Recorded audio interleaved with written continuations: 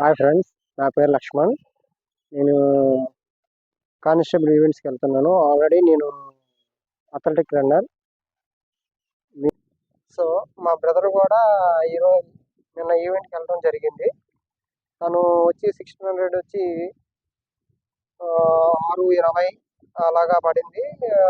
100 వచ్చేసరికి 13.11 సెకండ్స్ అలా పడింది. మీరు కూడా తప్పకుండా ట్రై చేస్తే మ్యాక్సిమం అందరూ క్వాలిఫై అవుతారు. మేము ఇప్పటి వరకు ఈవెంట్ చెప్పిన ప్రతి ఒక్కరు కూడా చాలా వరకు క్వాలిఫై అయ్యారు. మీరు కూడా అలాగే అవ్వాలని. దాంట్లో కానిస్టేబుల్ ఈవెంట్స్కి వెళ్ళిన చాలా వరకు మీట్ ఫేవర్తో వెళ్తారు. అది మీరు 1600 పడుతుందా లేదా, లేకపోతే ఏంటి, మనం 100 వేయగలమా లేదా అన్న ఒక ఫీల్తో మీరు గ్రౌండ్లో దిగితే చేయటం కష్టం. ఏదైనా మనం ఒకరిని బేస్ చేసుకొని మన బ్రీతింగ్ కంట్రోల్ ఎంతవరకు అయితే ఉందో అది చూసుకుంటూ ఉన్న ఇన్ టైంలో మనం ఫేస్ ఒక స్టెప్ అప్ అండ్ డౌన్ అవ్వకుండా ఒకే ఫేస్లో మెయింటైన్ చేసుకుంటూ 4 రౌండ్స్ తిరగగలిగితే క్వాలిఫై అవ్వటం మీకు ఈజీగా ఉంటుంది. ఎవరో మనం ముందే వెళ్తున్నారు, మనం వాడిని చేజ్ చేసుకోవాలి, మనం వాడి మీద మీట్ రావాలి అన్న భావంతో మీరు వెళ్తే క్వాలిఫై అవ్వటం కష్టం. ఉన్న బ్రీతింగ్ కంట్రోల్ చేసుకోవాలి. మ్యాక్సిమం మీకు వీలైనంత వరకు ఎదుటి వాళ్ళని బేస్ చేసుకోకుండా మీకు 1600కి 100కి మీరు తీసుకోవాల్సిన జాగ్రత్తలు. 1600కి వచ్చేసరికి అన్ని బ్రీతింగ్ కంట్రోల్ మీద ఉంటుంది. 100 వచ్చేసరికి మనకి కోచ్ విజిల్ వేసే మూమెంట్ని బట్టి మనం వాళ్ళు అబ్జర్వ్ చేసుకుంటూ ఉండాలి. విజిల్ని టేకప్ చేసుకొని మనం 100 స్పీడ్ తీసుకోవాలి. లాంగ్ జంప్కి వచ్చేసరికి చాలా వరకు మజిల్స్ పైకి ఎక్కుతూ ఉంటాయి.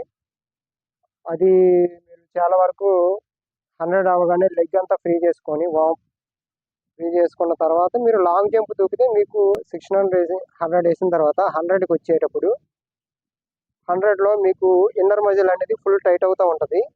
దానికి మీరు ఫీల్ అవ్వాల్సిన పనేం లేదు. జస్ట్ కొద్దిగా ఆయిల్, చెండు బామ్ కానీ మూవ్ టైపు ఆయింట్మెంట్ ఏదైనా మీరు టైస్ దగ్గర ఇలా అప్లై చేసుకొని కొద్దిగా లెగ్ కింద కూర్చొని లెగ్ ఆర్మ్స్ట్రింగ్స్ అవన్నీ ఫ్రీ చేసుకుంటే మీకు ఆటోమేటిక్గా 2 సెకండ్స్లో మీకు ఫ్రీ అయిపోతుంది. ఫ్రీ అయిపోయిన తర్వాత 100 మీరు ఫ్రీగా వేయచ్చు.